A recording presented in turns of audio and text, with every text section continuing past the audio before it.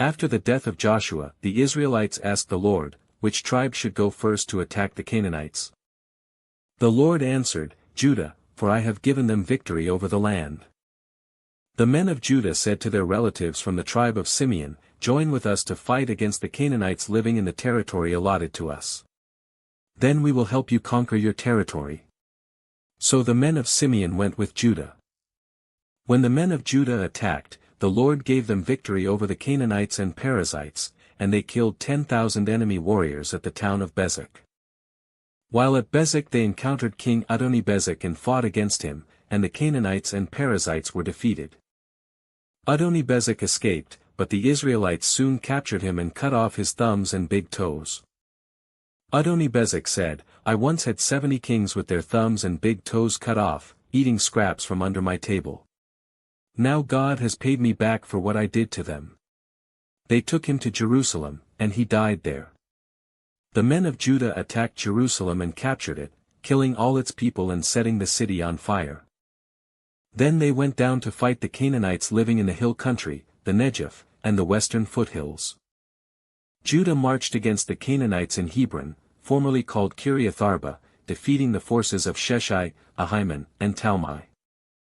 From there they went to fight against the people living in the town of Debir, formerly called Kiriath-Sepher. Caleb said, I will give my daughter Achsah in marriage to the one who attacks and captures Kiriath-Sepher. Othniel, the son of Caleb's younger brother, Kenaz, was the one who conquered it, so Achsah became Othniel's wife. When Achsah married Othniel, she urged him to ask her father for a field. As she got down off her donkey, Caleb asked her, What's the matter? She said, Let me have another gift. You have already given me land in the Negev, now please give me springs of water, too. So Caleb gave her the upper and lower springs. When the tribe of Judah left Jericho, the city of palms, the Kenite, who were descendants of Moses' father-in-law, traveled with them into the wilderness of Judah. They settled among the people there, near the town of Arad in the Negev.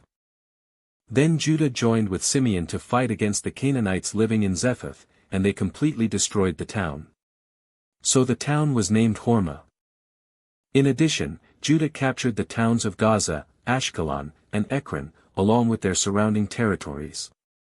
The Lord was with the people of Judah, and they took possession of the hill country. But they failed to drive out the people living in the plains, who had iron chariots. The town of Hebron was given to Caleb as Moses had promised. And Caleb drove out the people living there, who were descendants of the 3 sons of Anak. The tribe of Benjamin, however, failed to drive out the Jebusites, who were living in Jerusalem. So to this day the Jebusites live in Jerusalem among the people of Benjamin. The descendants of Joseph attacked the town of Bethel, and the Lord was with them. They sent men to scout out Bethel, formerly known as Luz. They confronted a man coming out of the town and said to him, Show us a way into the town, and we will have mercy on you. So he showed them a way in, and they killed everyone in the town except that man and his family. Later the man moved to the land of the Hittites, where he built a town. He named it Luz, which is its name to this day. The tribe of Manasseh failed to drive out the people living in Beth-shan, Tanakh, Dor, Ibleam, Megiddo, and all their surrounding settlements, because the Canaanites were determined to stay in that region. When the Israelites grew stronger, they forced the Canaanites to work as slaves, but they never did drive them completely out of the land. The tribe of Ephraim failed to drive out the Canaanites living in Gezer, so the Canaanites continued to live there among them. The tribe of Zebulun failed to drive out the residents of Kitron and Nahalol, so the Canaanites continued to live among them. But the Canaanites were forced to work as slaves for the people of Zebulun. The tribe of Asher failed to drive out the residents of Akko, Sidon, Olab, Aksib, Helbah, Aphik, and Rehob. Instead, the people of Asher moved in among the Canaanites, who controlled the land, for they failed to drive them out. Likewise, the tribe of Naphtali failed to drive out the residents of Beth-Shemesh and Bethanath.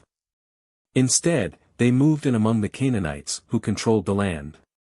Nevertheless, the people of Beth-Shemesh and Bethanath were forced to work as slaves for the people of Naphtali. As for the tribe of Dan, the Amorites forced them back into the hill country and would not let them come down into the plains. The Amorites were determined to stay in Mount Heres, Aijalon, and Shalbim, but when the descendants of Joseph became stronger, they forced the Amorites to work as slaves. The boundary of the Amorites ran from Scorpion Pass to Selah and continued upward from there. The angel of the Lord went up from Gilgal to Bochim and said to the Israelites, I brought you out of Egypt into this land that I swore to give your ancestors, and I said I would never break my covenant with you. For your part, you were not to make any covenants with the people living in this land, instead, you were to destroy their altars. But you disobeyed my command. Why did you do this? So now I declare that I will no longer drive out the people living in your land. They will be thorns in your sides, and their gods will be a constant temptation to you. When the angel of the Lord finished speaking to all the Israelites, the people wept loudly. So they called the place Bochim, which means, weeping, and they offered sacrifices there to the Lord. After Joshua sent the people away, each of the tribes left to take possession of the land allotted to them. And the Israelites served the Lord throughout the lifetime of Joshua and the leaders who outlived him, those who had seen all the great things the Lord had done for Israel. Joshua son of Nun, the servant of the Lord, died at the age of 110. They buried him in the land he had been allocated, at Timnath-Serah in the hill country of Ephraim, north of Mount Gash. After that generation died, another generation grew up who did not acknowledge the Lord or remember the mighty things he had done for Israel. The Israelites did evil in the Lord's sight and served the images of Baal. They abandoned the Lord, the God of their ancestors, who had brought them out of Egypt. They went after other gods, worshipping the gods of the people around them. And they angered the Lord. They abandoned the Lord to serve Baal and the images of Ashtoreth. This made the Lord burn with anger against Israel, so he handed them over to raiders who stole their possessions. He turned them over to their enemies all around, and they were no longer able to resist them. Every time Israel went out to battle, the Lord fought against them, causing them to be defeated, just as he had warned.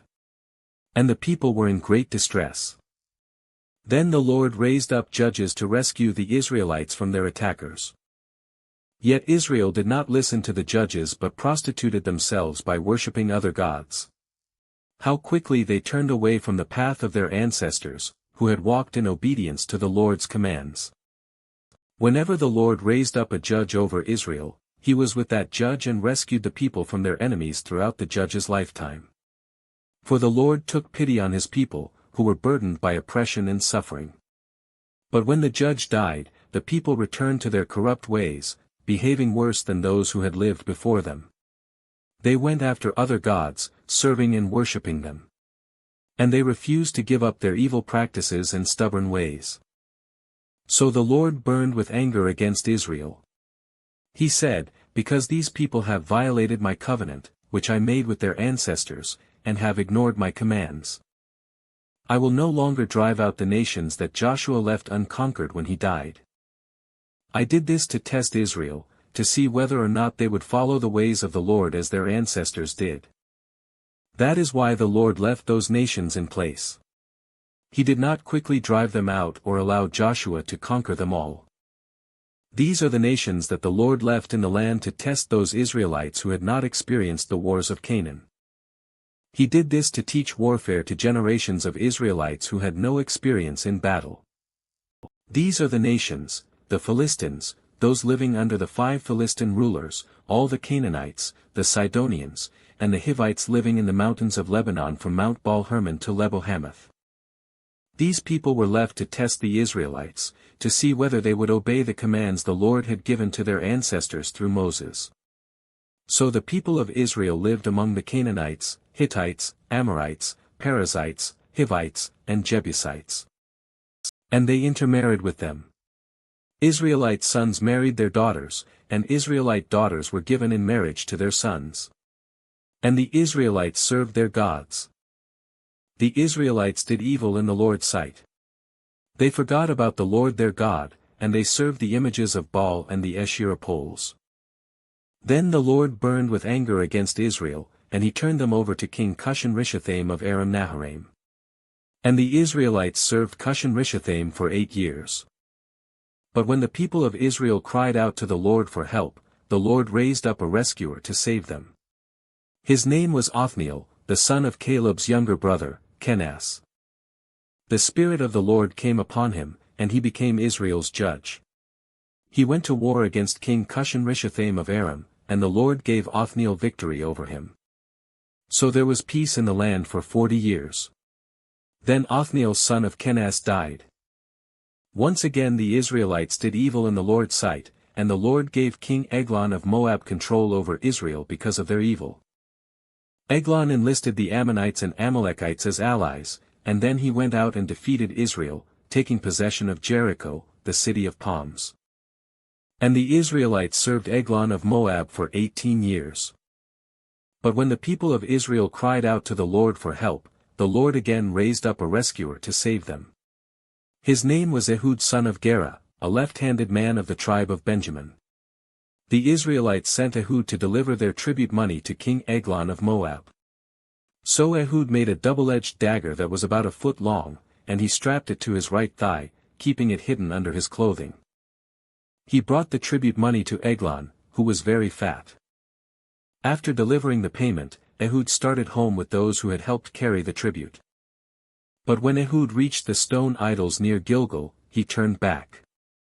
He came to Eglon and said, "I have a secret message for you."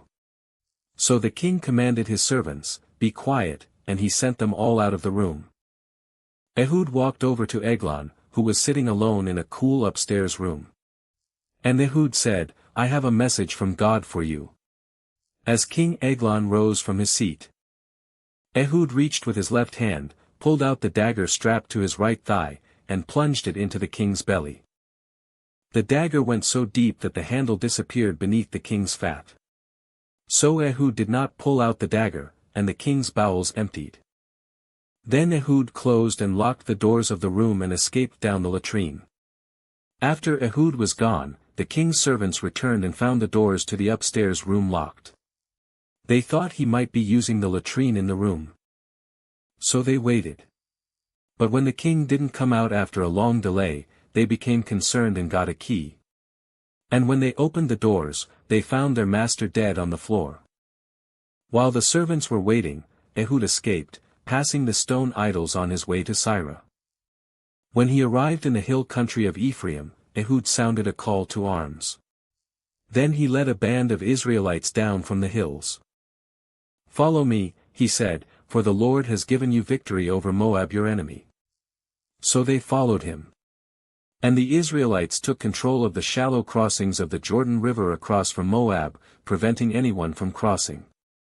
They attacked the Moabites and killed about 10,000 of their strongest and most able-bodied warriors. Not one of them escaped. So Moab was conquered by Israel that day, and there was peace in the land for 80 years. After Ehud, Shamgar son of Anath rescued Israel.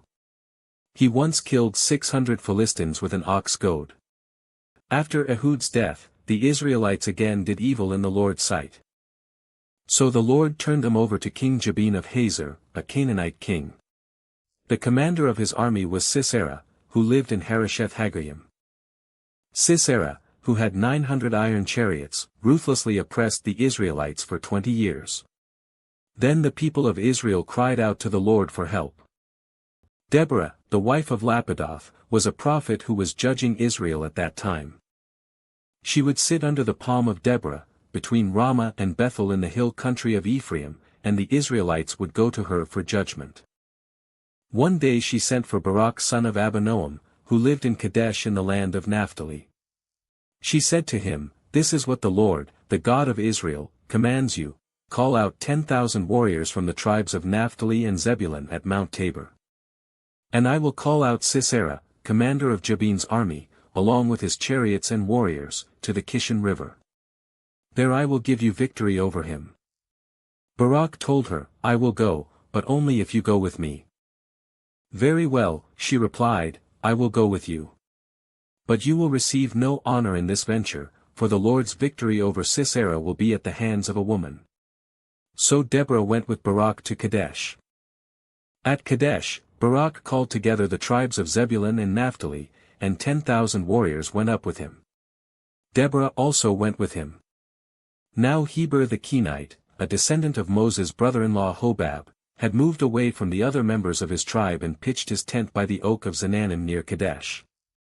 When Sisera was told that Barak son of Abinoam had gone up to Mount Tabor, he called for all 900 of his iron chariots and all of his warriors, and they marched from Harosheth-Hagoyim to the Kishon River. Then Deborah said to Barak, "Get ready. This is the day the Lord will give you victory over Sisera, for the Lord is marching ahead of you." So Barak led his 10,000 warriors down the slopes of Mount Tabor into battle.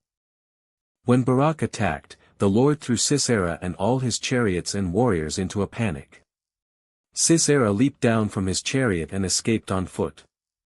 Then Barak chased the chariots and the enemy army all the way to Harosheth-Hagoyim, killing all of Sisera's warriors. Not a single one was left alive. Meanwhile, Sisera ran to the tent of Jael, the wife of Heber the Kenite, because Heber's family was on friendly terms with King Jabin of Hazor. Jael went out to meet Sisera and said to him, "Come into my tent, sir. Come in. Don't be afraid." So he went into her tent, and she covered him with a blanket. "Please give me some water," he said. "I'm thirsty." So she gave him some milk from a leather bag and covered him again. "Stand at the door of the tent," he told her. "If anybody comes and asks you if there is anyone here, say no." But when Sisera fell asleep from exhaustion, Jael quietly crept up to him with a hammer and tent peg in her hand. Then she drove the tent peg through his temple and into the ground, and so he died. When Barak came looking for Sisera, Jael went out to meet him. She said, "Come, and I will show you the man you are looking for." So he followed her into the tent and found Sisera lying there dead, with the tent peg through his temple. So on that day Israel saw God defeat Jabin, the Canaanite king. And from that time on Israel became stronger and stronger against King Jabin until they finally destroyed him. On that day Deborah and Barak son of Abinoam sang this song. Israel's leaders took charge, and the people gladly followed. Praise the Lord. Listen, you kings. Pay attention, you mighty rulers. For I will sing to the Lord. I will make music to the Lord, the God of Israel. Lord, when you set out from Seir and marched across the fields of Edom, the earth trembled, and the cloudy skies poured down rain. The mountains quaked in the presence of the Lord, the God of Mount Sinai, in the presence of the Lord, the God of Israel. In the days of Shamgar son of Anath, and in the days of Jael, people avoided the main roads, and travelers stayed on winding pathways. There were few people left in the villages of Israel, until Deborah arose as a mother for Israel.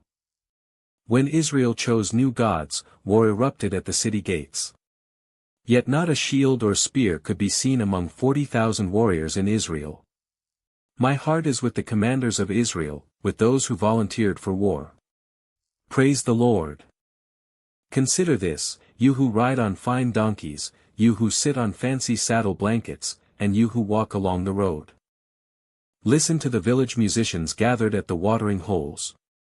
They recount the righteous victories of the Lord and the victories of his villagers in Israel. Then the people of the Lord marched down to the city gates. Wake up, Deborah, wake up. Wake up, and sing a song. Arise, Barak. Lead your captives away, son of Abinoam. Down from Tabor marched the few against the nobles.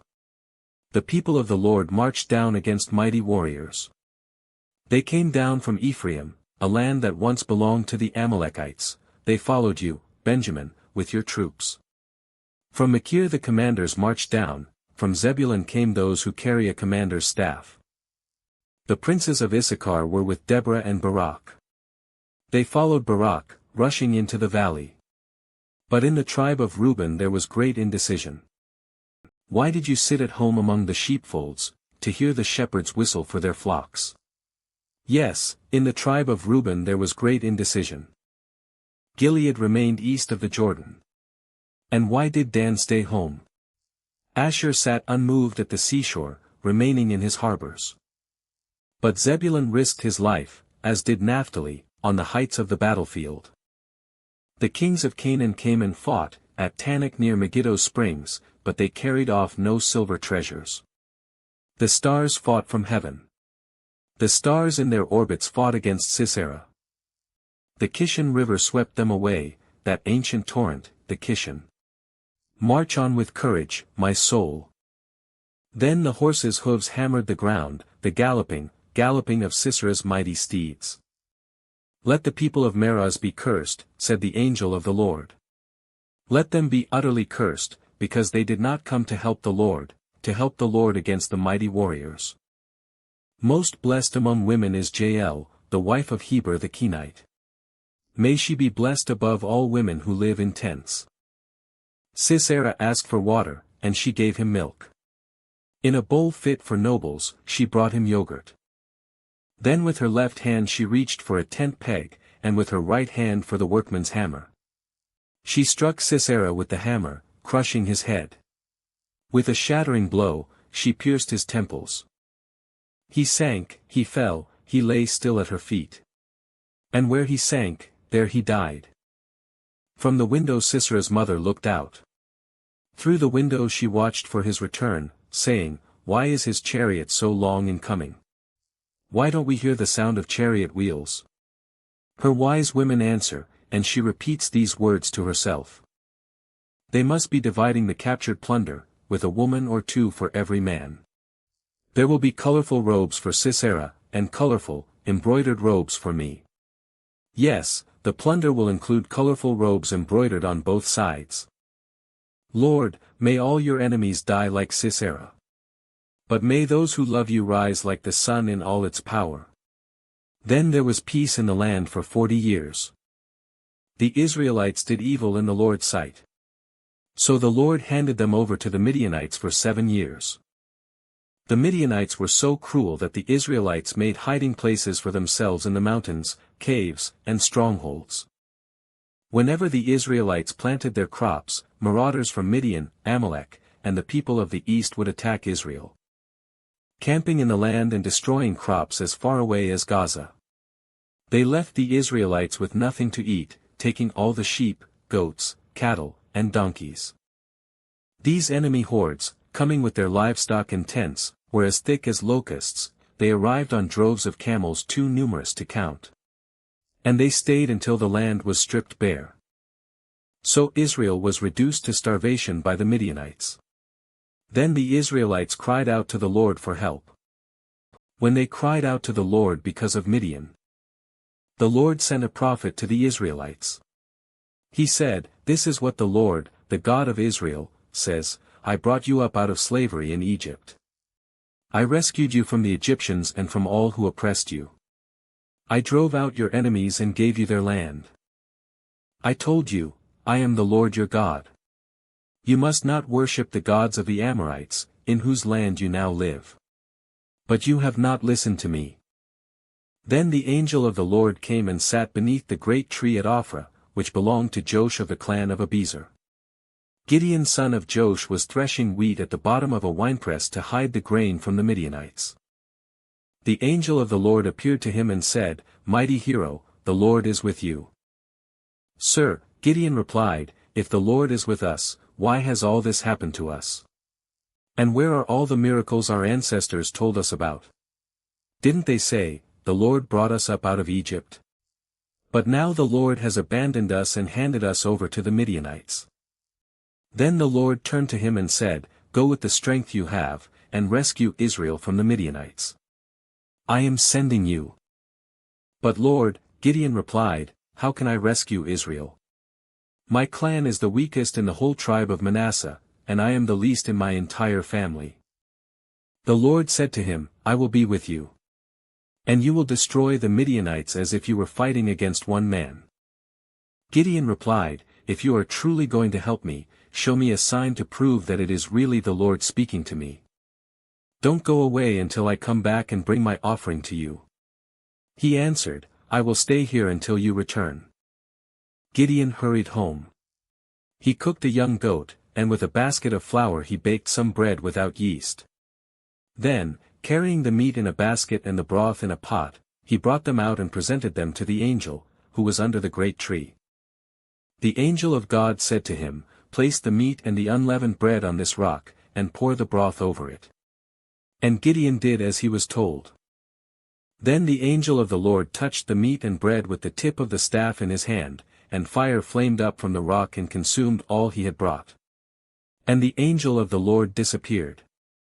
When Gideon realized that it was the angel of the Lord, he cried out, "Oh, sovereign Lord, I'm doomed. I have seen the angel of the Lord face to face." "It is all right," the Lord replied. "Do not be afraid. You will not die." And Gideon built an altar to the Lord there and named it Yahweh Shalom, which means, "The Lord is peace." The altar remains in Ophrah in the land of the clan of Abiezer to this day. That night the Lord said to Gideon, "Take the second bull from your father's herd, the one that is 7 years old. Pull down your father's altar to Baal, and cut down the Asherah pole standing beside it. Then build an altar to the Lord your God here on this hilltop sanctuary, laying the stones carefully. Sacrifice the bull as a burnt offering on the altar, using as fuel the wood of the Asherah pole you cut down." So Gideon took 10 of his servants and did as the Lord had commanded. But he did it at night because he was afraid of the other members of his father's household and the people of the town. Early the next morning, as the people of the town began to stir, someone discovered that the altar of Baal had been broken down and that the Asherah pole beside it had been cut down. In their place a new altar had been built, and on it were the remains of the bull that had been sacrificed. The people said to each other, "Who did this?" And after asking around and making a careful search, they learned that it was Gideon, the son of Joash. "Bring out your son," the men of the town demanded of Joash.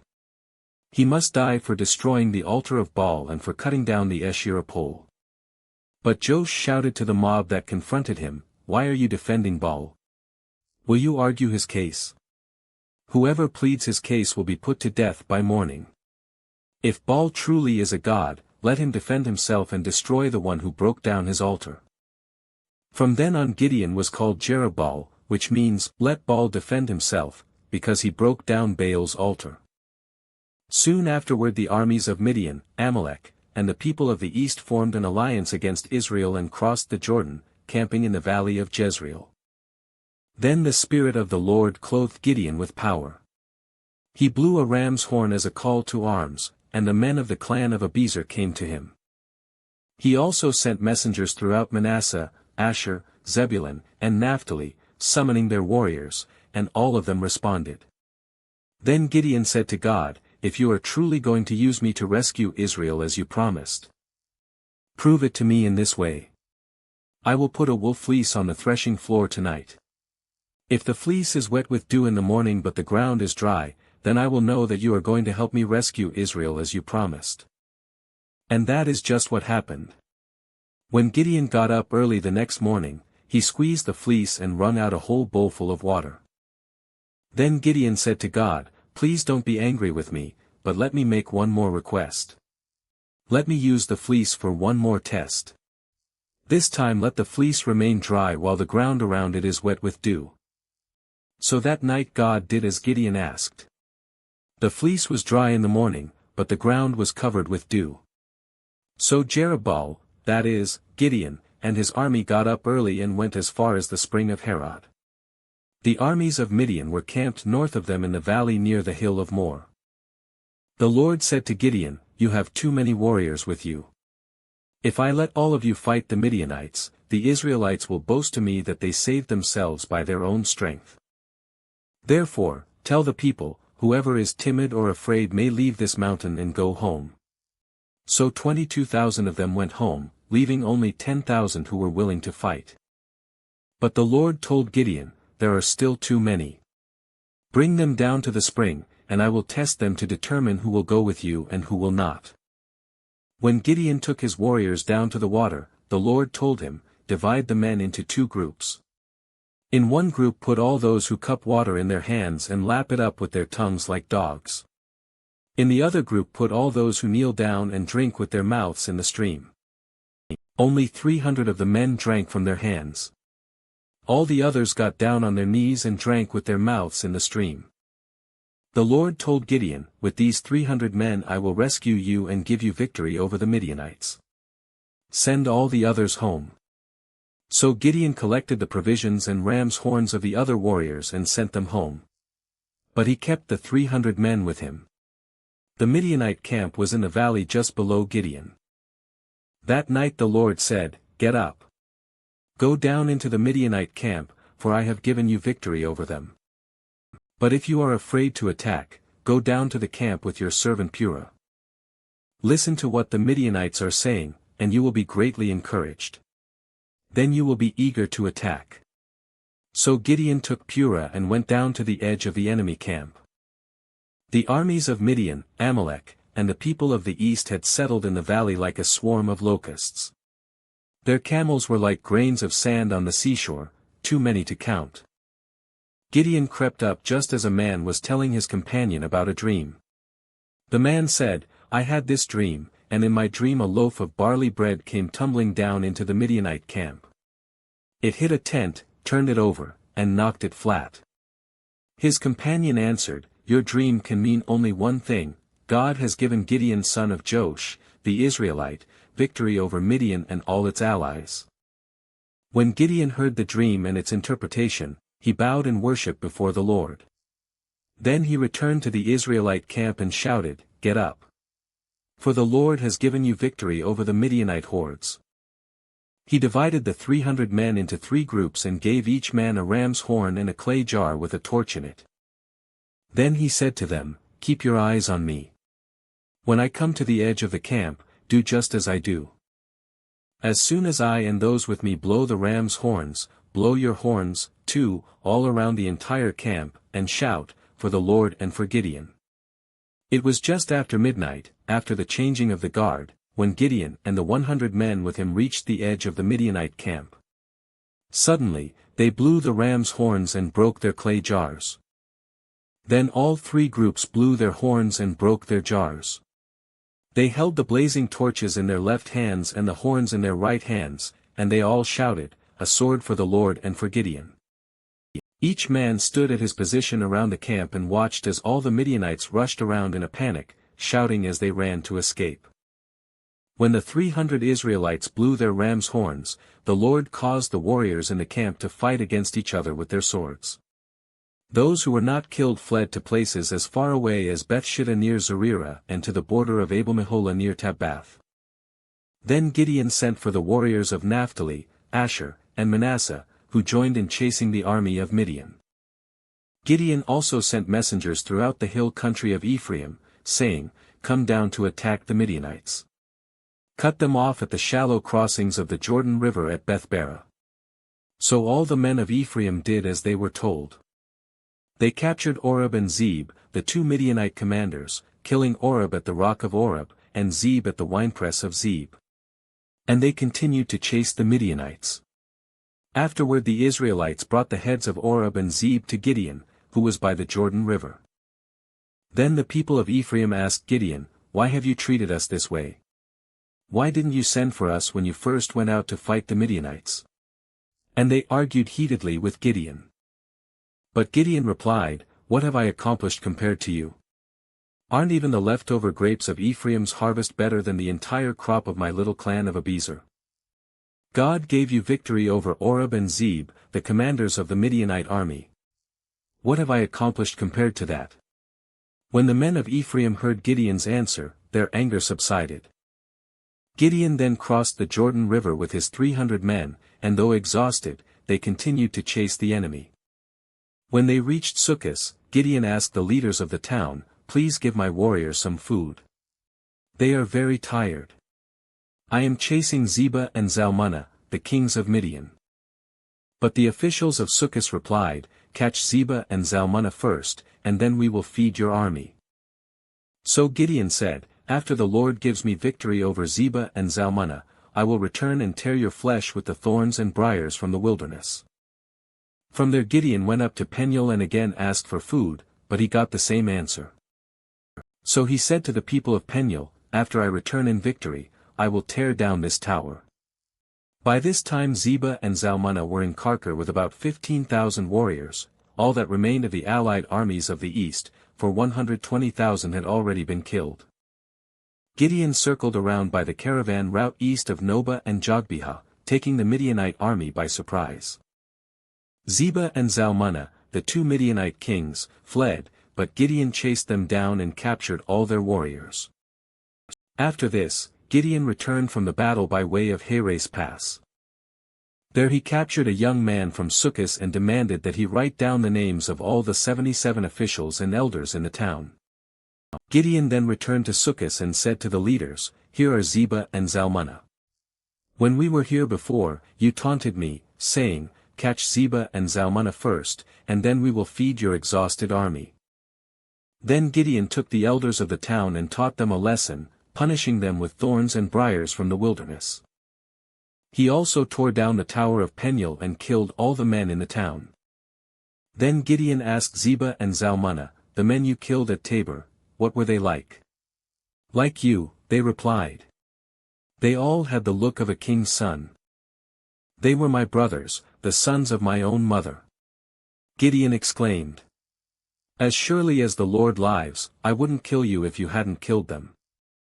Turning to Jether, his oldest son, he said, 'Kill them.' But Jether did not draw his sword, for he was only a boy and was afraid. Then Zebah and Zalmunna said to Gideon, 'Be a man. Kill us yourself.' So Gideon killed them both and took the royal ornaments from the necks of their camels. Then the Israelites said to Gideon, 'Be our ruler. You and your son and your grandson will be our rulers, for you have rescued us from Midian.' But Gideon replied, 'I will not rule over you, nor will my son. The Lord will rule over you. However, I do have one request, that each of you give me an earring from the plunder you collected from your fallen enemies.'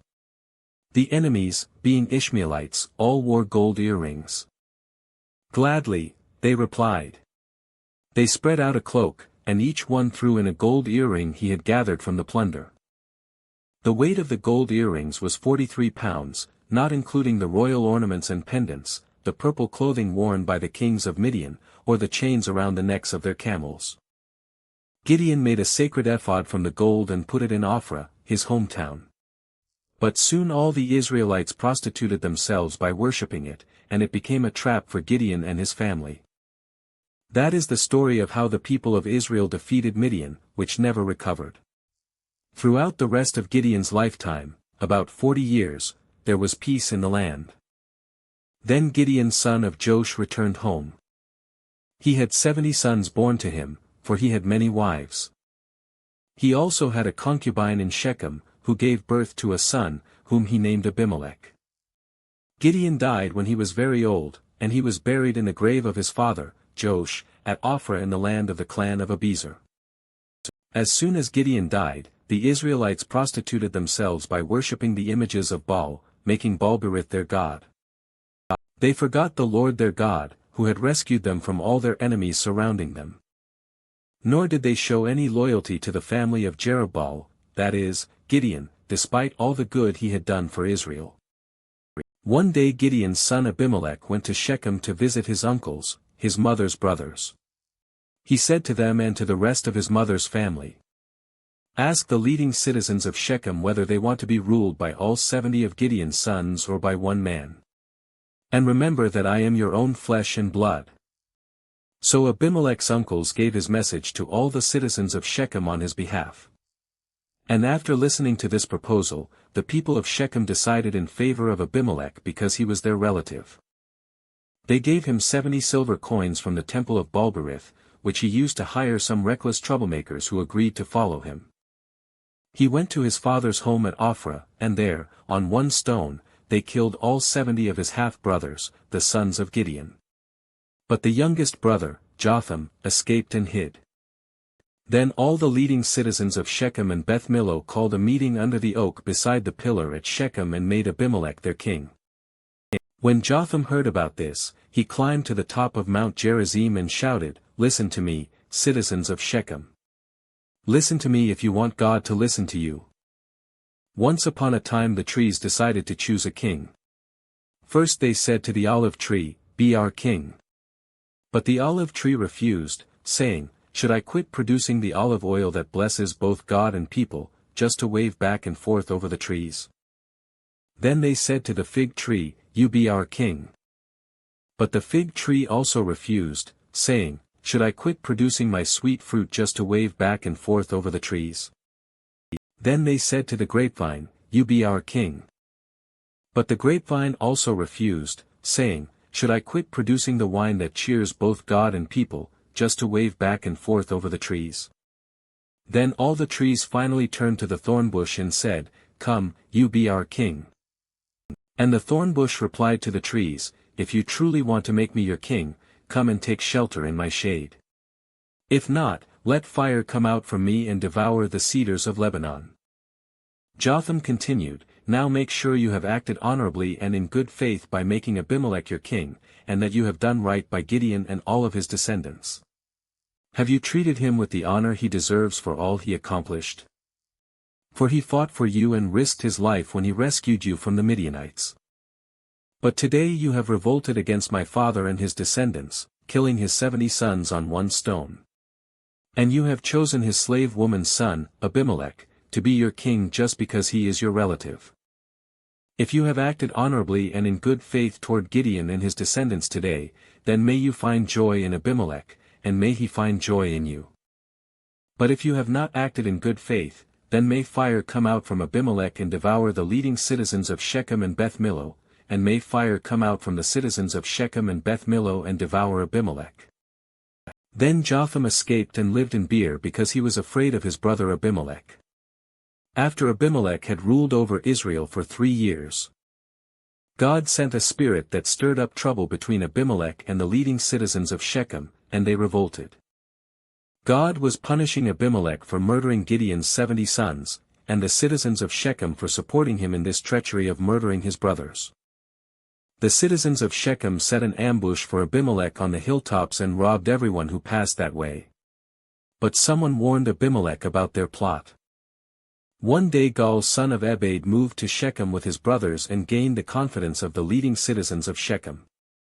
During the annual harvest festival at Shechem, held in the temple of the local god, the wine flowed freely, and everyone began cursing Abimelech. "Who is Abimelech?" Gaal shouted. "He's not a true son of Shechem, so why should we be his servants? He's merely the son of Gideon, and this Zebul is merely his deputy. Serve the true sons of Hamor, the founder of Shechem. Why should we serve Abimelech? If I were in charge here, I would get rid of Abimelech. I would say to him, get some soldiers, and come out and fight." But when Zebul, the leader of the city, heard what Gaal was saying, he was furious. He sent messengers to Abimelech in Arumah, telling him, "Gaal son of Ebed and his brothers have come to live in Shechem, and now they are inciting the city to rebel against you. Come by night with an army and hide out in the fields. In the morning, as soon as it is daylight, attack the city. When Gaal and those who are with him come out against you, you can do with them as you wish." So Abimelech and all his men went by night and split into 4 groups, stationing themselves around Shechem. Gaal was standing at the city gates when Abimelech and his army came out of hiding. When Gaal saw them, he said to Zebul, "Look, there are people coming down from the hilltops." Zebul replied, "It's just the shadows on the hills that look like men." But again Gaal said, "No, people are coming down from the hills. And another group is coming down the road past the diviner's oak." Then Zebul turned on him and asked, "Now where is that big mouth of yours? Wasn't it you that said, 'Who is Abimelech, and why should we be his servants?' The men you mocked are right outside the city. Go out and fight them." So Gaal led the leading citizens of Shechem into battle against Abimelech. But Abimelech chased him, and many of Shechem's men were wounded and fell along the road as they retreated to the city gate. Abimelech returned to Arumah, and Zebul drove Gaal and his brothers out of Shechem. The next day the people of Shechem went out into the fields to battle. When Abimelech heard about it, he divided his men into 3 groups and set an ambush in the fields. When Abimelech saw the people coming out of the city, he and his men jumped up from their hiding places and attacked them. Abimelech and his group stormed the city gate to keep the men of Shechem from getting back in, while Abimelech's other two groups cut them down in the fields. The battle went on all day before Abimelech finally captured the city. He killed the people, leveled the city, and scattered salt all over the ground. When the leading citizens who lived in the tower of Shechem heard what had happened, they ran and hid in the temple of Balberith. Someone reported to Abimelech that the citizens had gathered in the temple. So he led his forces to Mount Zalmon. He took an axe and chopped some branches from a tree, then put them on his shoulder. "Quick, do as I have done," he told his men. So each of them cut down some branches, following Abimelech's example. They piled the branches against the walls of the temple and set them on fire. So all the people who had lived in the tower of Shechem died, about 1,000 men and women. Then Abimelech attacked the town of Thebez and captured it. But there was a strong tower inside the town, and all the men and women, the entire population, fled to it. They barricaded themselves in and climbed up to the roof of the tower. Abimelech followed them to attack the tower. But as he prepared to set fire to the entrance, a woman on the roof dropped a millstone that landed on Abimelech's head and crushed his skull. He quickly said to his young armor-bearer, "Draw your sword and kill me. Don't let it be said that a woman killed Abimelech." So the young man ran him through with his sword, and he died. When Abimelech's men saw that he was dead, they disbanded and returned to their homes. In this way, God punished Abimelech for the evil he had done against his father by murdering his 70 brothers. God also punished the men of Shechem for all their evil. So the curse of Jotham son of Gideon was fulfilled. After Abimelech died, Tola son of Puah, son of Dodo, was the next person to rescue Israel. He was from the tribe of Issachar but lived in the town of Shamir in the hill country of Ephraim. He judged Israel for 23 years. When he died, he was buried in Shamir. After Tola died, Jair from Gilead judged Israel for 22 years. His 30 sons rode around on 30 donkeys, and they owned 30 towns in the land of Gilead, which are still called the towns of Jair. When Jair died, he was buried in Canaan. Again the Israelites did evil in the Lord's sight. They served the images of Baal and Ashtoreth, and the gods of Aram, Sidon, Moab, Ammon, and Philistia. They abandoned the Lord and no longer served him at all. So the Lord burned with anger against Israel, and he turned them over to the Philistines and the Ammonites, who began to oppress them that year. For 18 years they oppressed all the Israelites east of the Jordan River in the land of the Amorites, that is, in Gilead. The Ammonites also crossed to the west side of the Jordan and attacked Judah, Benjamin, and Ephraim. The Israelites were in great distress.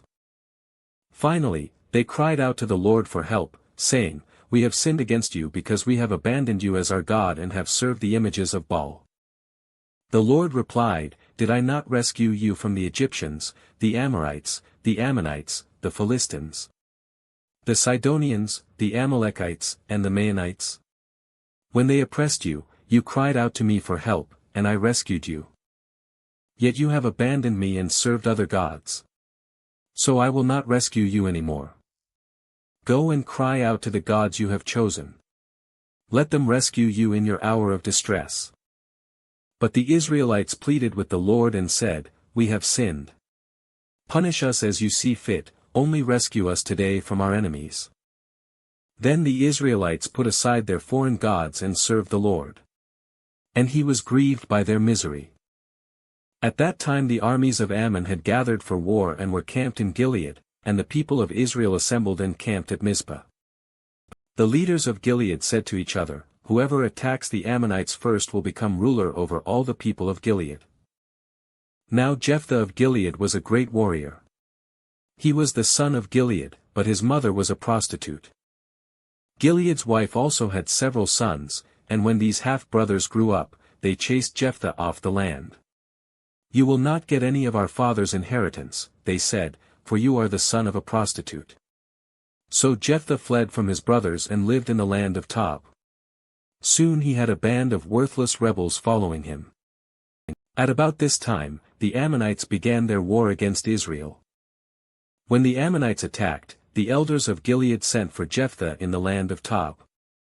The elders said, "Come and be our commander. Help us fight the Ammonites." But Jephthah said to them, "Aren't you the ones who hated me and drove me from my father's house? Why do you come to me now when you're in trouble?" "Because we need you," the elders replied. "If you lead us in battle against the Ammonites, we will make you ruler over all the people of Gilead." Jephthah said to the elders, "Let me get this straight.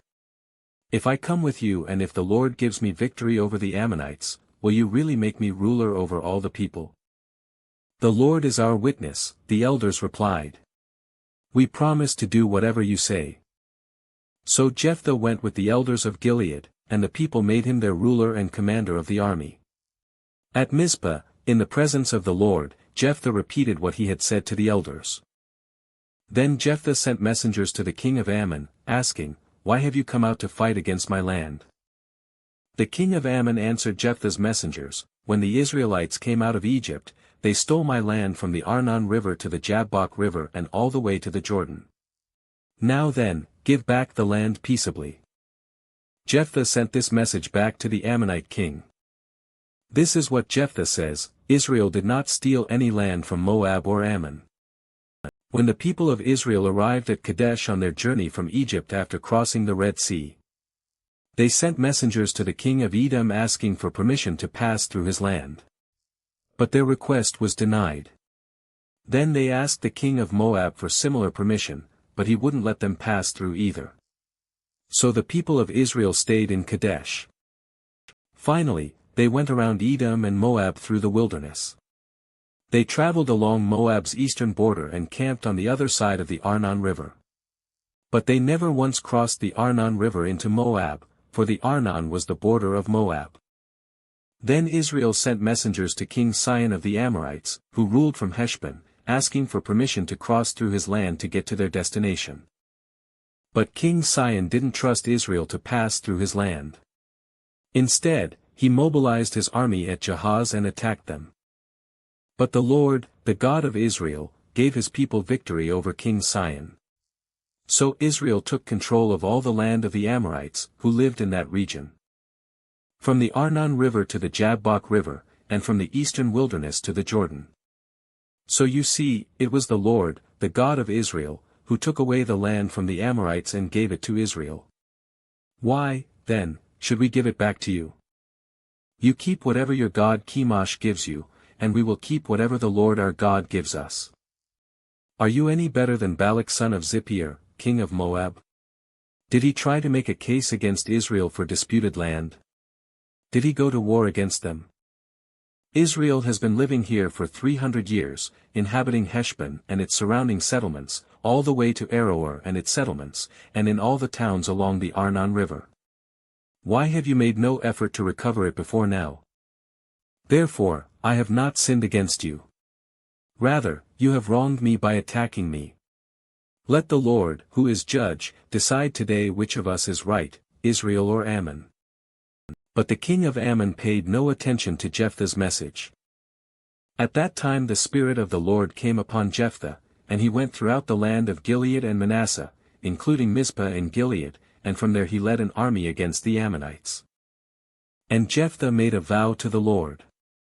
He said, "If you give me victory over the Ammonites, I will give to the Lord whatever comes out of my house to meet me when I return in triumph.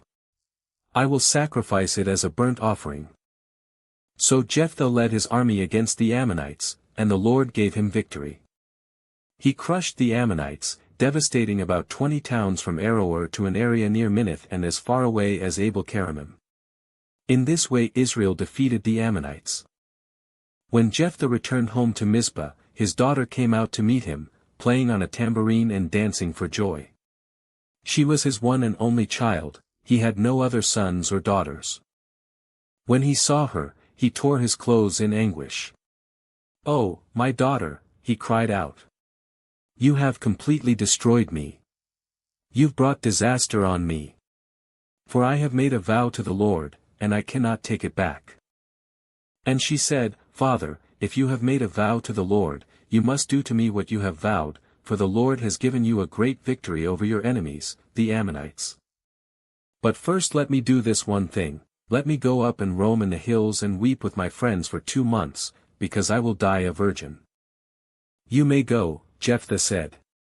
And he sent her away for 2 months. She and her friends went into the hills and wept because she would never have children. When she returned home, her father kept the vow he had made, and she died a virgin. So it has become a custom in Israel for young Israelite women to go away for 4 days each year to lament the fate of Jephthah's daughter. Then the people of Ephraim mobilized an army and crossed over the Jordan River to Zaphon. They sent this message to Jephthah, "Why didn't you call for us to help you fight against the Ammonites? We are going to burn down your house with you in it." Jephthah replied, "I summoned you at the beginning of the dispute, but you refused to come. You failed to help us in our struggle against Ammon. So when I realized you weren't coming, I risked my life and went to battle without you, and the Lord gave me victory over the Ammonites. So why have you now come to fight me?" The people of Ephraim responded, "You men of Gilead are nothing more than fugitives from Ephraim and Manasseh." So Jephthah gathered all the men of Gilead and attacked the men of Ephraim and defeated them. Jephthah captured the shallow crossings of the Jordan River, and whenever a fugitive from Ephraim tried to go back across, the men of Gilead would challenge him. "Are you a member of the tribe of Ephraim?" they would ask. If the man said, "No, I'm not," they would tell him to say, "Shibboleth." If he was from Ephraim, he would say, "Sibboleth," because people from Ephraim cannot pronounce the word correctly. Then they would take him and kill him at the shallow crossings of the Jordan. In all, 42,000 Ephraimites were killed at that time. Jephthah judged Israel for 6 years. When he died, he was buried in one of the towns of Gilead. After Jephthah died, Ibzan from Bethlehem judged Israel. He had 30 sons and 30 daughters. He sent his daughters to marry men outside his clan, and he brought in 30 young women from outside his clan to marry his sons. Ibzan judged Israel for 7 years. When he died, he was buried at Bethlehem. After Ibzan died, Elon from the tribe of Zebulun judged Israel for 10 years. When he died, he was buried at Aijalon in Zebulun. After Elon died, Abdon son of Hillel, from Pirathon, judged Israel. He had 40 sons and 30 grandsons, who rode on 70 donkeys. He judged Israel for 8 years. When he died, he was buried at Pirathon in Ephraim, in the hill country of the Amalekites. Again the Israelites did evil in the Lord's sight, so the Lord handed them over to the Philistines, who oppressed them for 40 years. In those days a man named Manoah from the tribe of Dan lived in the town of Zorah. His wife was unable to become pregnant, and they had no children. The angel of the Lord appeared to Manoah's wife and said, "Even though you have been unable to have children, you will soon become pregnant and give birth to a son. So be careful, you must not drink wine or any other alcoholic drink nor eat any forbidden food. You will become pregnant and give birth to a son, and his hair must never be cut. For he will be dedicated to God as a Nazirite from birth. He will begin to rescue Israel from the Philistines." The woman ran and told her husband, "A man of God appeared to me. He looked like one of God's angels, terrifying to see. I didn't ask where he was from, and he didn't tell me his name. But he told me, 'You will become pregnant and give birth to a son. You must not drink wine or any other alcoholic drink nor eat any forbidden food. For your son will be dedicated to God as a Nazirite from the moment of his birth until the day of his death.' Then Manoah prayed to the Lord, saying, 'Lord, please let the man of God come back to us again and give us more instructions about this son who is to be born.' God answered Manoah's prayer, and the angel of God appeared once again to his wife as she was sitting in the field. But her husband, Manoah, was not with her. So she quickly ran and told her husband, 'The man who appeared to me the other day is here again.' Manoah ran back with his wife and asked, 'Are you the man who spoke to my wife the other day?' 'Yes,' he replied, 'I am.' So Manoah asked him, 'When your words come true, what kind of rules should govern the boy's life and work?' The angel of the Lord replied, be sure your wife follows the instructions I gave her. She must not eat grapes or raisins, drink wine or any other alcoholic drink, or eat any forbidden food." Then Manoah said to the angel of the Lord, "Please stay here until we can prepare a young goat for you to eat." "I will stay," the angel of the Lord replied, "but I will not eat anything. However, you may prepare a burnt offering as a sacrifice to the Lord." Manoah didn't realize it was the angel of the Lord. Then Manoah asked the angel of the Lord, "What is your name? For when all this comes true, we want to honor you." "Why do you ask my name?" the angel of the Lord replied. "It is too wonderful for you to understand." Then Manoah took a young goat and a grain offering and offered it on a rock as a sacrifice to the Lord. And as Manoah and his wife watched, the Lord did an amazing thing. As the flames from the altar shot up toward the sky, the angel of the Lord ascended in the fire. When Manoah and his wife saw this, they fell with their faces to the ground. The angel did not appear again to Manoah and his wife. Manoah finally realized it was the angel of the Lord. And he said to his wife, "We will certainly die, for we have seen God." But his wife said, "If the Lord were going to kill us, he wouldn't have accepted our burnt offering and grain offering. He wouldn't have appeared to us and told us this wonderful thing and done these miracles." When her son was born, she named him Samson. And the Lord blessed him as he grew up. And the Spirit of the Lord began to stir him while he lived in Mahanadan, which is located between the towns of Zorah and Eshtaol. One day when Samson was in Timnah, one of the Philistine women caught his eye. When he returned home, he told his father and mother, "A young Philistine woman in Timnah caught my eye. I want to marry her. Get her for me." His father and mother objected. "Isn't there even one woman in our tribe or among all the Israelites you could marry?" they asked. "Why must you go to the pagan Philistines to find a wife?" But Samson told his father, "Get her for me. She looks good to me." His father and mother didn't realize the Lord was at work in this, creating an opportunity to work against the Philistines, who ruled over Israel at that time. As Samson and his parents were going down to Timnah, a young lion suddenly attacked Samson near the vineyards of Timnah. At that moment the Spirit of the Lord came powerfully upon him, and he ripped the lion's jaws apart with his bare hands. He did it as easily as if it were a young goat. But he didn't tell his father or mother about it. When Samson arrived in Timnah, he talked with the woman and was very pleased with her. Later, when he returned to Timnah for the wedding, he turned off the path to look at the carcass of the lion. And he found that a swarm of bees had made some honey in the carcass. He scooped some of the honey into his hands and ate it along the way. He also gave some to his father and mother, and they ate it. But he didn't tell them he had taken the honey from the carcass of the lion. As his father was making final arrangements for the marriage, Samson threw a party at Timnah, as was the custom for elite young men. When the bride's parents saw him, they selected 30 young men from the town to be his companions. Samson said to them, "Let me tell you a riddle. If you solve my riddle during these 7 days of the celebration, I will give you 30 fine linen robes and 30 sets of festive clothing. But if you can't solve it, then you must give me 30 fine linen robes and 30 sets of festive clothing." "All right," they agreed, "let's hear your riddle." So he said, "Out of the one who eats came something to eat, out of the strong came something sweet." 3 days later they were still trying to figure it out. On the 4th day they said to Samson's wife, "Entice your husband to explain the riddle for us, or we will burn down your father's house with you in it. Did you invite us to this party just to make us poor?" So Samson's wife came to him in tears and said, "You don't love me, you hate me. You have given my people a riddle, but you haven't told me the answer." "I haven't even given the answer to my father or mother," he replied. "Why should I tell you?" So she cried whenever she was with him and kept it up for the rest of the celebration. At last, on the 7th day he told her the answer because she was tormenting him with her nagging. Then she explained the riddle to the young men. So before sunset of the 7th day, the men of the town came to Samson with their answer, "What is sweeter than honey?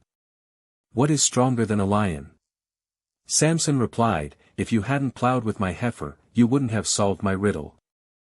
Then the Spirit of the Lord came powerfully upon him. He went down to the town of Ashkelon, killed 30 men, took their belongings, and gave their clothing to the men who had solved his riddle.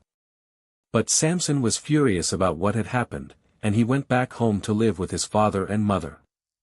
So his wife was given in marriage to the man who had been Samson's best man at the wedding. Later on, during the wheat harvest, Samson took a young goat as a present to his wife. He said, "I'm going into my wife's room to sleep with her," but her father wouldn't let him in. "I truly thought you must hate her," her father explained, "so I gave her in marriage to your best man. But look, her younger sister is even more beautiful than she is. Marry her instead." Samson said, "This time I cannot be blamed for everything I am going to do to you Philistines." Then he went out and caught 300 foxes. He tied their tails together in pairs, and he fastened a torch to each pair of tails. Then he lit the torches and let the foxes run through the grain fields of the Philistines. He burned all their grain to the ground, including the sheaves and the uncut grain. He also destroyed their vineyards and olive groves. "Who did this?" the Philistines demanded. "Samson," was the reply, because his father-in-law from Timnah gave Samson's wife to be married to his best man. So the Philistines went and got the woman and her father and burned them to death. "Because you did this," Samson vowed, "I won't rest until I take my revenge on you." So he attacked the Philistines with great fury and killed many of them. Then he went to live in a cave in the rock of Etam. The Philistines retaliated by setting up camp in Judah and spreading out near the town of Lehi. The men of Judah asked the Philistines, "Why are you attacking us?" The Philistines replied, "We've come to capture Samson. We've come to pay him back for what he did to us." So 3,000 men of Judah went down to get Samson at the cave in the rock of Etam. They said to Samson, "Don't you realize the Philistines rule over us? What are you doing to us?" But Samson replied, "I only did to them what they did to me." But the men of Judah told him, "We have come to tie you up and hand you over to the Philistines." "All right," Samson said. "But promise that you won't kill me yourselves." "We will only tie you up and hand you over to the Philistines," they replied.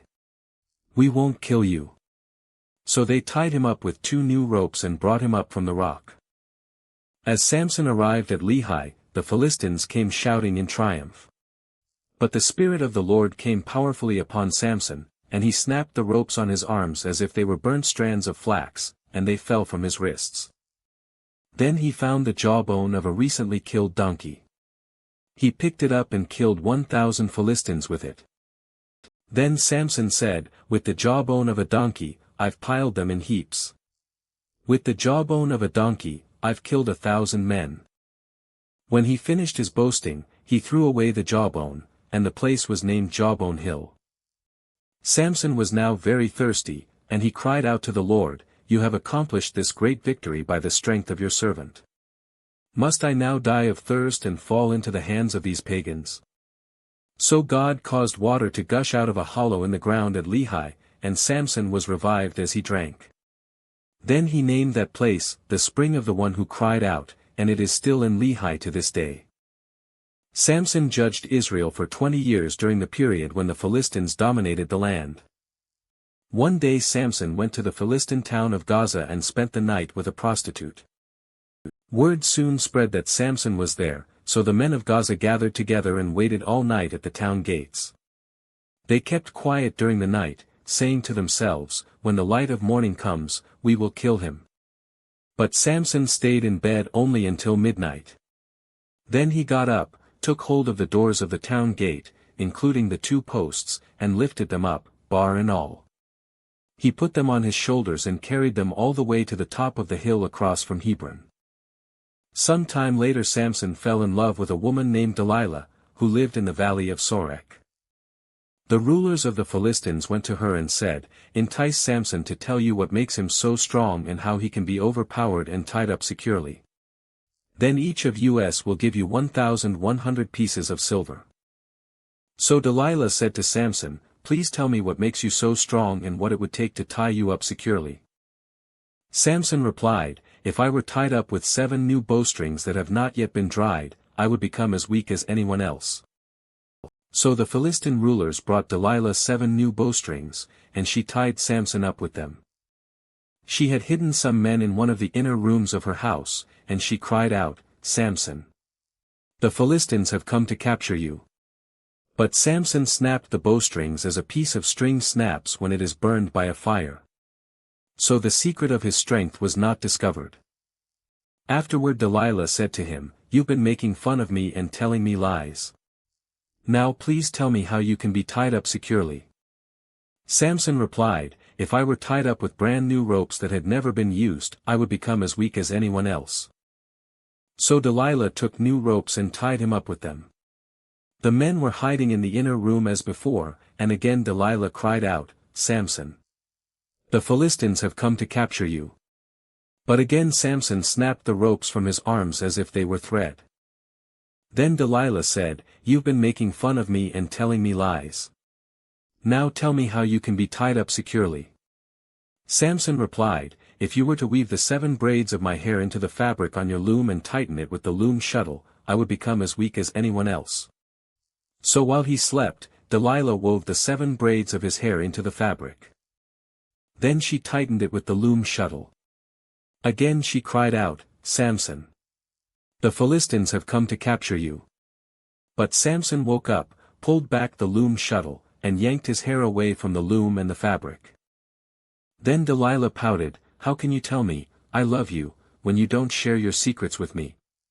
You've made fun of me 3 times now, and you still haven't told me what makes you so strong." She tormented him with her nagging day after day until he was sick to death of it. Finally, Samson shared his secret with her. "My hair has never been cut," he confessed, "for I was dedicated to God as a Nazirite from birth. If my head were shaved, my strength would leave me, and I would become as weak as anyone else." Delilah realized he had finally told her the truth, so she sent for the Philistine rulers. "Come back one more time," she said, "for he has finally told me his secret." So the Philistine rulers returned with the money in their hands. Delilah lulled Samson to sleep with his head in her lap, and then she called in a man to shave off the 7 locks of his hair. In this way she began to bring him down, and his strength left him. Then she cried out, "Samson! The Philistines have come to capture you." When he woke up, he thought, "I will do as before and shake myself free." But he didn't realize the Lord had left him. So the Philistines captured him and gouged out his eyes. They took him to Gaza, where he was bound with bronze chains and forced to grind grain in the prison. But before long, his hair began to grow back. The Philistine rulers held a great festival, offering sacrifices and praising their god, Dagon. They said, "Our God has given us victory over our enemy Samson." When the people saw him, they praised their God, saying, "Our God has delivered our enemy to us. The one who killed so many of us is now in our power." Half drunk by now, the people demanded, "Bring out Samson so he can amuse us." So he was brought from the prison to amuse them, and they had him stand between the pillars supporting the roof. Samson said to the young servant who was leading him by the hand, "Place my hands against the pillars that hold up the temple. I want to rest against them." Now the temple was completely filled with people. All the Philistine rulers were there, and there were about 3,000 men and women on the roof who were watching as Samson amused them. Then Samson prayed to the Lord, "Sovereign Lord, remember me again. O God, please strengthen me just one more time. With one blow let me pay back the Philistines for the loss of my 2 eyes." Then Samson put his hands on the 2 center pillars that held up the temple, pushing against them with both hands. He prayed, "Let me die with the Philistines." And the temple crashed down on the Philistine rulers and all the people. So he killed more people when he died than he had during his entire lifetime. Later his brothers and other relatives went down to get his body. They took him back home and buried him between Zorah and Eshtaol, where his father, Manoah, was buried. Samson had judged Israel for 20 years. There was a man named Micah, who lived in the hill country of Ephraim. One day he said to his mother, "I heard you place a curse on the person who stole 1,100 pieces of silver from you. Well, I have the money. I was the one who took it." "The Lord bless you for admitting it," his mother replied. He returned the money to her, and she said, "I now dedicate these silver coins to the Lord. In honor of my son, I will have an image carved and an idol cast." So when he returned the money to his mother, she took 200 silver coins and gave them to a silversmith, who made them into an image and an idol. And these were placed in Micah's house. Micah set up a shrine for the idol, and he made a sacred ephod and some household idols. Then he installed one of his sons as his personal priest. In those days Israel had no king, all the people did whatever seemed right in their own eyes.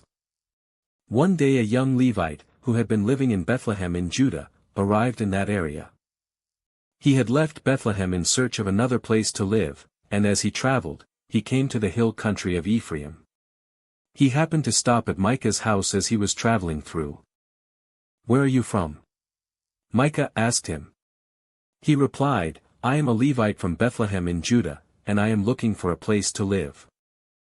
"Stay here with me," Micah said, "and you can be a father and priest to me. I will give you 10 pieces of silver a year, plus a change of clothes and your food." The Levite agreed to this, and the young man became like one of Micah's sons. So Micah installed the Levite as his personal priest, and he lived in Micah's house. "I know the Lord will bless me now," Micah said, "because I have a Levite serving as my priest." Now in those days Israel had no king. And the tribe of Dan was trying to find a place where they could settle, for they had not yet moved into the land assigned to them when the land was divided among the tribes of Israel. So the men of Dan chose from their clans 5 capable warriors from the towns of Zorah and Eshtaol to scout out a land for them to settle in. When these warriors arrived in the hill country of Ephraim, they came to Micah's house and spent the night there. While at Micah's house, they recognized the young Levite's accent, so they went over and asked him, "Who brought you here, and what are you doing in this place? Why are you here?" He told them about his agreement with Micah and that he had been hired as Micah's personal priest. Then they said, "Ask God whether or not our journey will be successful." "Go in peace," the priest replied. "For the Lord is watching over your journey." So the 5 men went on to the town of Laish, where they noticed the people living carefree lives, like the Sidonians. They were peaceful and secure.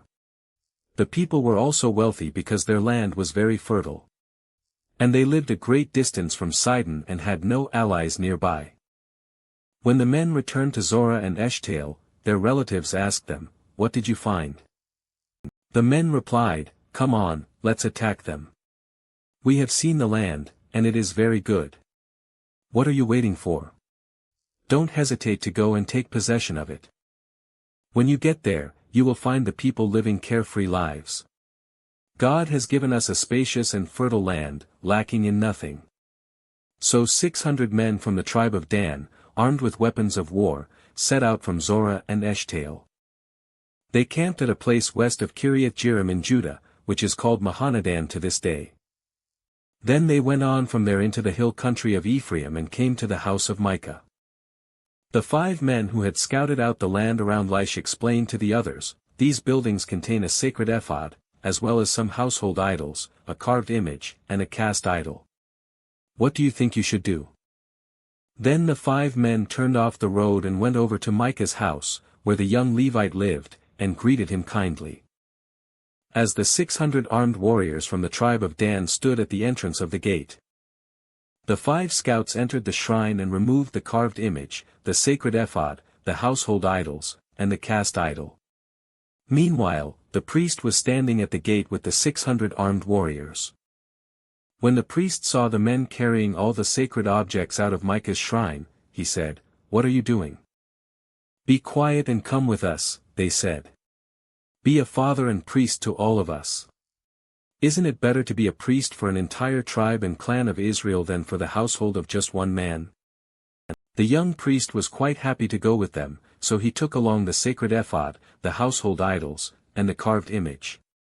They turned and started on their way again, placing their children, livestock, and possessions in front of them. When the people from the tribe of Dan were quite a distance from Micah's house, the people who lived near Micah came chasing after them. They were shouting as they caught up with them. The men of Dan turned around and said to Micah, "What's the matter? Why have you called these men together and chased after us like this?" "What do you mean, what's the matter?" Micah replied. "You've taken away all the gods I have made, and my priest, and I have nothing left." The men of Dan said, "Watch what you say. There are some short-tempered men around here who might get angry and kill you and your family." So the men of Dan continued on their way. When Micah saw that there were too many of them for him to attack, he turned around and went home. Then, with Micah's idols and his priest, the men of Dan came to the town of Laish, whose people were peaceful and secure. They attacked with swords and burned the town to the ground. There was no one to rescue the people, for they lived a great distance from Sidon and had no allies nearby. This happened in a valley near Beth-rehob. Then the people of the tribe of Dan rebuilt the town and lived there. They renamed the town Dan after their ancestor, Israel's son, but it had originally been called Laish. Then they set up the carved image, and they appointed Jonathan son of Gershom, son of Moses, as their priest. This family continued as priests for the tribe of Dan until the exile. So Micah's carved image was worshipped by the tribe of Dan as long as the tabernacle of God remained at Shiloh. Now in those days Israel had no king. There was a man from the tribe of Levi living in a remote area of the hill country of Ephraim. One day he brought home a woman from Bethlehem in Judah to be his concubine. But she became angry with him and returned to her father's home in Bethlehem. After about 4 months, her husband set out for Bethlehem to speak personally to her and persuade her to come back. He took with him a servant and a pair of donkeys. When he arrived at her father's house, her father saw him and welcomed him. Her father urged him to stay a while, so he stayed 3 days, eating, drinking, and sleeping there. On the 4th day the man was up early, ready to leave, but the woman's father said to his son-in-law, "Have something to eat before you go." So the 2 men sat down together and had something to eat and drink.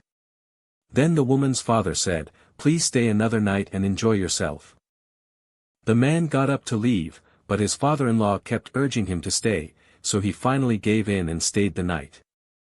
On the morning of the 5th day he was up early again, ready to leave, and again the woman's father said, "Have something to eat, then you can leave later this afternoon." So they had another day of feasting. Later, as the man and his concubine and servant were preparing to leave, his father-in-law said, "Look, it's almost evening. Stay the night and enjoy yourself. Tomorrow you can get up early and be on your way." But this time the man was determined to leave. So he took his 2 saddled donkeys and his concubine and headed in the direction of Jebus, that is, Jerusalem. It was late in the day when they neared Jebus, and the man's servant said to him, "Let's stop at this Jebusite town and spend the night there." "No," his master said, "we can't stay in this foreign town where there are no Israelites. Instead, we will go on to Gibeah. Come on, let's try to get as far as Gibeah or Ramah, and we'll spend the night in one of those towns." So they went on. The sun was setting as they came to Gibeah, a town in the land of Benjamin. So they stopped there to spend the night. They rested in the town square, but no one took them in for the night. That evening an old man came home from his work in the fields. He was from the hill country of Ephraim, but he was living in Gibeah, where the people were from the tribe of Benjamin. When he saw the travelers sitting in the town square, he asked them where they were from and where they were going. "We have been in Bethlehem in Judah," the man replied. "We are on our way to a remote area in the hill country of Ephraim, which is my home. I traveled to Bethlehem, and now I'm returning home. But no one has taken us in for the night. Even though we have everything we need. We have straw and feed for our donkeys and plenty of bread and wine for ourselves." "You are welcome to stay with me," the old man said. "I will give you anything you might need. But whatever you do, don't spend the night in the square." So he took them home with him and fed the donkeys. After they washed their feet, they ate and drank together. While they were enjoying themselves, a crowd of troublemakers from the town surrounded the house. They began beating at the door and shouting to the old man, "Bring out the man who is staying with you so we can have sex with him." The old man stepped outside to talk to them. "No, my brothers, don't do such an evil thing. For this man is a guest in my house, and such a thing would be shameful. Here, take my virgin daughter and this man's concubine. I will bring them out to you, and you can abuse them and do whatever you like.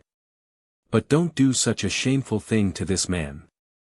But they wouldn't listen to him. So the Levite took hold of his concubine and pushed her out the door. The men of the town abused her all night, taking turns raping her until morning. Finally, at dawn they let her go. At daybreak the woman returned to the house where her husband was staying. She collapsed at the door of the house and lay there until it was light. When her husband opened the door to leave, there lay his concubine with her hands on the threshold. He said, "Get up. Let's go." But there was no answer. So he put her body on his donkey and took her home. When he got home, he took a knife and cut his concubine's body into 12 pieces. Then he sent one piece to each tribe throughout all the territory of Israel. Everyone who saw it said, "Such a horrible crime has not been committed in all the time since Israel left Egypt." Think about it. What are we going to do? Who's going to speak up? Then all the Israelites were united as one man, from Dan in the north to Beersheba in the south, including those from across the Jordan in the land of Gilead. The entire community assembled in the presence of the Lord at Mizpah. The leaders of all the people and all the tribes of Israel, 400,000 warriors armed with swords, took their positions in the assembly of the people of God. Word soon reached the land of Benjamin that the other tribes had gone up to Mizpah. The Israelites then asked how this terrible crime had happened. The Levite, the husband of the woman who had been murdered, said, "My concubine and I came to spend the night in Gibeah, a town that belongs to the people of Benjamin. That night some of the leading citizens of Gibeah surrounded the house, planning to kill me, and they raped my concubine until she was dead. So I cut her body into 12 pieces and sent the pieces throughout the territory assigned to Israel, for these men have committed a terrible and shameful crime. Now then, all of you, the entire community of Israel, must decide here and now what should be done about this." And all the people rose to their feet in unison and declared, "None of us will return home. No, not even one of us. Instead, this is what we will do to Gibeah, we will draw lots to decide who will attack it.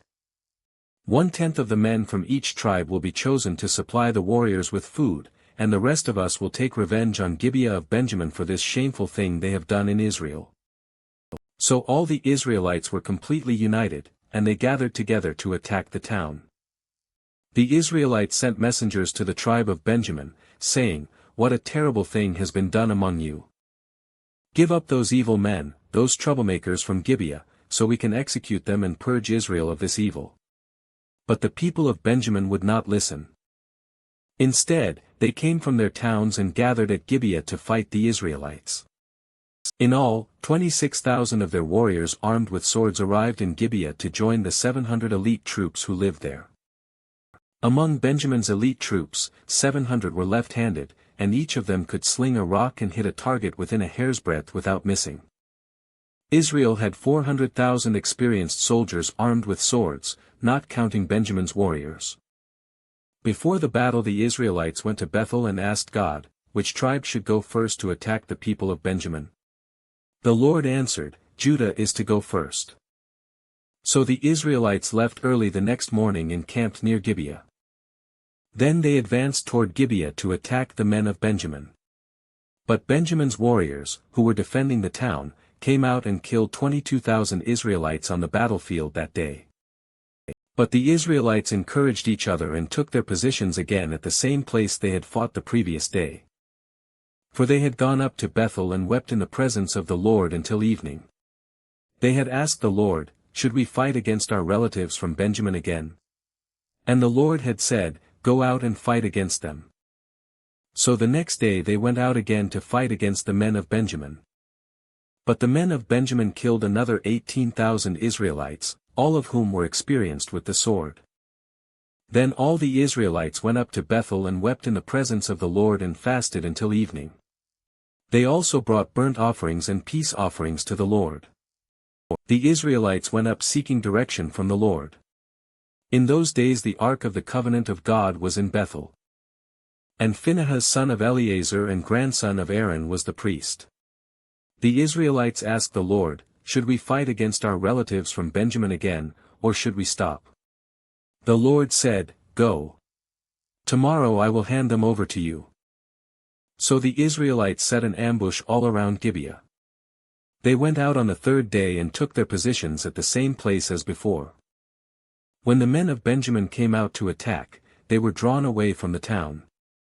And as they had done before, they began to kill the Israelites. About 30 Israelites died in the open fields and along the roads, one leading to Bethel and the other leading back to Gibeah. Then the warriors of Benjamin shouted, "We're defeating them as we did before." But the Israelites had planned in advance to run away so that the men of Benjamin would chase them along the roads and be drawn away from the town. When the main group of Israelite warriors reached Baal-Tamar, they turned and took up their positions. Meanwhile, the Israelites hiding in ambush to the west of Gibeah jumped up to fight. There were 10,000 elite Israelite troops who advanced against Gibeah. The fighting was so heavy that Benjamin didn't realize the impending disaster.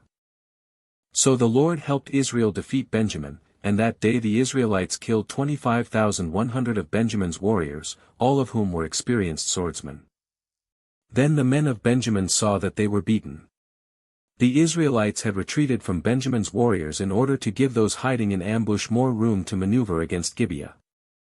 Then those who were hiding rushed in from all sides and killed everyone in the town. They had arranged to send up a large cloud of smoke from the town as a signal. When the Israelites saw the smoke, they turned and attacked Benjamin's warriors. By that time Benjamin's warriors had killed about 30 Israelites, and they shouted, "We're defeating them as we did in the first battle." But when the warriors of Benjamin looked behind them and saw the smoke rising into the sky from every part of the town, the men of Israel turned and attacked. At this point the men of Benjamin became terrified, because they realized disaster was close at hand. So they turned around and fled before the Israelites toward the wilderness. But they couldn't escape the battle, and the people who came out of the nearby towns were also killed. The Israelites surrounded the men of Benjamin and chased them relentlessly, finally overtaking them east of Gibeah. That day 18,000 of Benjamin's strongest warriors died in battle. The survivors fled into the wilderness toward the rock of Rimmon, but Israel killed 5,000 of them along the road. They continued the chase until they had killed another 2,000 near Jittim. So that day the tribe of Benjamin lost 25,000 strong warriors armed with swords, leaving only 600 men who escaped to the rock of Rimmon, where they lived for 4 months. And the Israelites returned and slaughtered every living thing in all the towns, the people, the livestock, and everything they found. They also burned down all the towns they came to. The Israelites had vowed at Mizpah, "We will never give our daughters in marriage to a man from the tribe of Benjamin." Now the people went to Bethel and sat in the presence of God until evening, weeping loudly and bitterly. "O Lord, God of Israel," they cried out, "why has this happened in Israel? Now one of our tribes is missing from Israel." Early the next morning the people built an altar and presented their burnt offerings and peace offerings on it. Then they said, "Who among the tribes of Israel did not join us at Mizpah when we held our assembly in the presence of the Lord?" At that time they had taken a solemn oath in the Lord's presence, vowing that anyone who refused to come would be put to death. The Israelites felt sorry for their brother Benjamin and said, "Today one of the tribes of Israel has been cut off. How can we find wives for the few who remain, since we have sworn by the Lord not to give them our daughters in marriage?" So they asked, "Who among the tribes of Israel did not join us at Mizpah when we assembled in the presence of the Lord?" And they discovered that no one from Jabesh-Gilead had attended the assembly. For after they counted all the people, no one from Jabesh-Gilead was present. So the assembly sent 12,000 of their best warriors to Jabesh-Gilead with orders to kill everyone there, including women and children. "This is what you are to do," they said. Completely destroy all the males and every woman who is not a virgin. Among the residents of Jabesh-Gilead they found 400 young virgins who had never slept with a man, and they brought them to the camp at Shiloh in the land of Canaan. The Israelite assembly sent a peace delegation to the remaining people of Benjamin who were living at the rock of Rimmon. Then the men of Benjamin returned to their homes, and the 400 women of Jabesh-Gilead who had been spared were given to them as wives. But there were not enough women for all of them. The people felt sorry for Benjamin because the Lord had made this gap among the tribes of Israel. So the elders of the assembly asked, "How can we find wives for the few who remain, since the women of the tribe of Benjamin are dead? There must be heirs for the survivors so that an entire tribe of Israel is not wiped out. But we cannot give them our own daughters in marriage because we have sworn with a solemn oath that anyone who does this will fall under God's curse." Then they thought of the annual festival of the Lord held in Shiloh, south of Lebanah and north of Bethel, along the east side of the road that goes from Bethel to Shechem. They told the men of Benjamin who still needed wives, "Go and hide in the vineyards. When you see the young women of Shiloh come out for their dances, rush out from the vineyards, and each of you can take one of them home to the land of Benjamin to be your wife. And when their fathers and brothers come to us in protest, we will tell them, 'Please be sympathetic. Let them have your daughters, for we didn't find wives for all of them when we destroyed Jabesh-Gilead. And you are not guilty of breaking the vow since you did not actually give your daughters to them in marriage.'" So the men of Benjamin did as they were told. Each man caught one of the women as she danced in the celebration and carried her off to be his wife. They returned to their own land, and they rebuilt their towns and lived in them. Then the people of Israel departed by tribes and families, and they returned to their own homes. In those days Israel had no king, all the people did whatever seemed right in their own eyes.